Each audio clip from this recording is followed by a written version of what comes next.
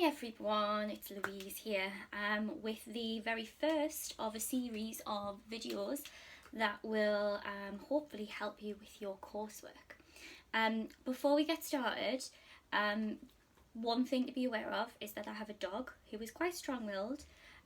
If he barks, which he's probably quite likely to during this video, I'm just going to ignore it, okay? We're just going to all have to pretend that Roddy, who actually, here he is right now, didn't get involved, okay? Right, alright then, so,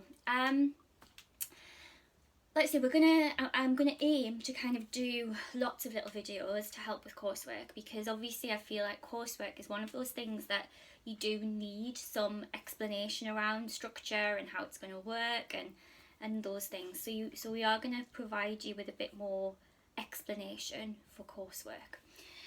The purpose of this little video that I'm going to go through is mainly just introducing you to coursework, okay?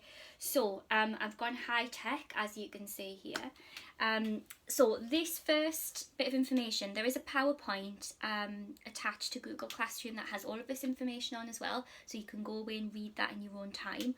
But if we just look at this to start with, okay, these are some of the key things that you need to know about coursework before you get started. So coursework is 20% of your overall A-level grade, and that's significant. You know, coursework can significantly determine what your overall A-level grade will be. So it's a really significant piece of work, really important that we all are aiming to get a high grade out of it. There's no reason why we shouldn't be, okay? It's totally within our control, coursework. So 20% of your grade. Word count, there is no word count in terms of a maximum word count, but there is a minimum word count guidance, which is 4,000 words. Okay, so we don't really want anyone to be writing less than that, because that is going to impact the grade that you might get. But in terms of a maximum word count, you could write 4,001 words, you could write 5,000 words if you wanted to. Okay, so there's not a top end that we need to be worrying about. Coursework is going to be marked out of 40, so 40 marks, which I'll explain a little bit more later on. And the only other thing I think just to introduce you to right now, which again I'll talk a little bit more about later, is that this year, coursework, we've decided everybody is going to do a piece of work that is based around German history, okay? And we're working within the period post-World War I, 1918 to 1945. Now you've got freedom within that about what you want to do, but that's the topic area that everyone will be working towards.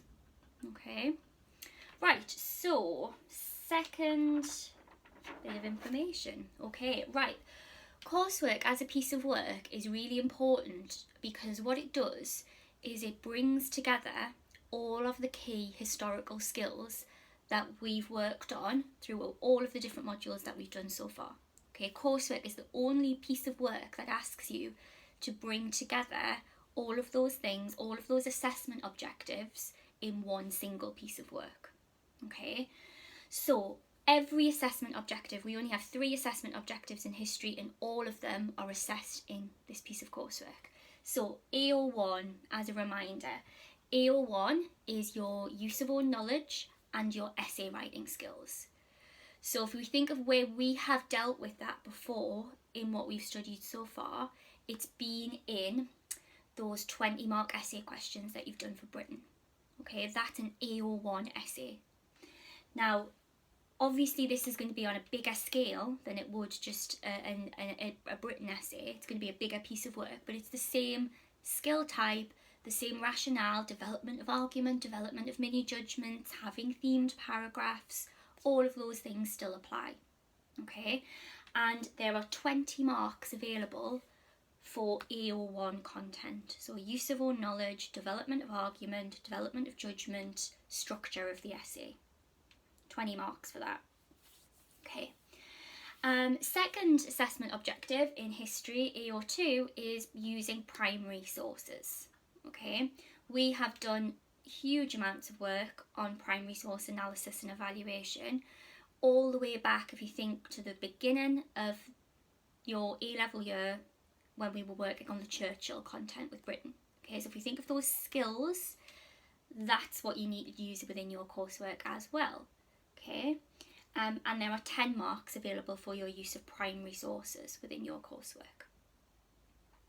Final assessment objective that we've looked at already this year is using historians. So that is AO3.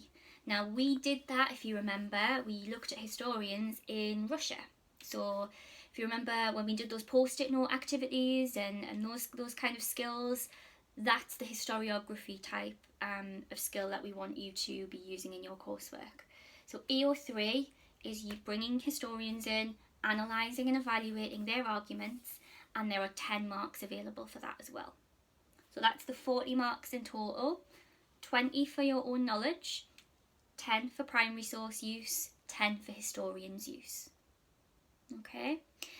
Now, by the end of this academic year, so by the point that we break for summer holidays, our aim is to only really have worked on AO1. Okay. So what we're going to do over the next couple of weeks is we are going to introduce you and work through content, own knowledge. Okay. Everybody needs to do all parts of it, because then at the end of that couple of weeks, what you will be able to do is make an informed decision about what area you want to focus on for your coursework. Okay. You're then going to be given some time independently to do a bit more research and reading on that. And then everybody's last formal assessment of this academic year is going to be an own knowledge essay on your coursework question. So forget about sources for now, just an own knowledge essay on your coursework question. Okay, we will explain more about that later, but I just want to kind of be clear about the next few weeks what our aim is, and our aim is own knowledge work. Okay, right, so how are we going to break down the content? So we're going to break it down into 3 sections, and it's quite logical. If you've done Germany in this period before, this will make sense, I imagine, to you as a breakdown of the period. So we're going to look at the first chunk is going to be on Weimar Germany. Now Weimar is the name of the German regime at the end of the First World War, and that regime stays in power until Hitler comes to power in 1933. So we're going to spend the first chunk of time looking at Weimar Germany. Then we're going to move into pre-war Nazi Germany. So that's 1933 to 1939. And then the final bit of time that we're going to look at is the whole period. So we're going to look at the whole period 1918 to 1945. And we're going to look at treatment of the Jews in Germany across that period. So the experience of Jews in Weimar, the experience of Jews in pre-war Nazi Germany, and then getting into the Second World War and the Holocaust. Okay, so these are the 3 areas the next couple of weeks that we're going to be working through, doing some knowledge content work on. Okay, right, so what do I now want you to do? Okay, next steps immediately today. On Google Classroom, there is a PowerPoint that has all of this information on, so you can kind of digest that again on your own.